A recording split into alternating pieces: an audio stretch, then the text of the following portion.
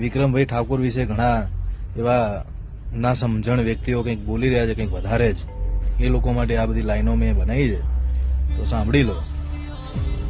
उसको झुकाने की कोशिश मत करो, उसको झुकाने की कोशिश मत करो जहां आपको झुक के जाना पड़े.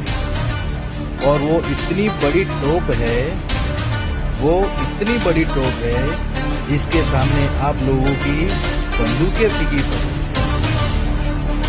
इसलिए आपकी हस्ती और आपकी मस्ती संभाल के रखिए. आपकी हस्ती और आपकी मस्ती संभाल कर रखिए, क्योंकि शेर रास्ते से गुजरने वाला है. आई बात समझ में? विक्रम ठाकोर तो विक्रम ठाकोर જ છે.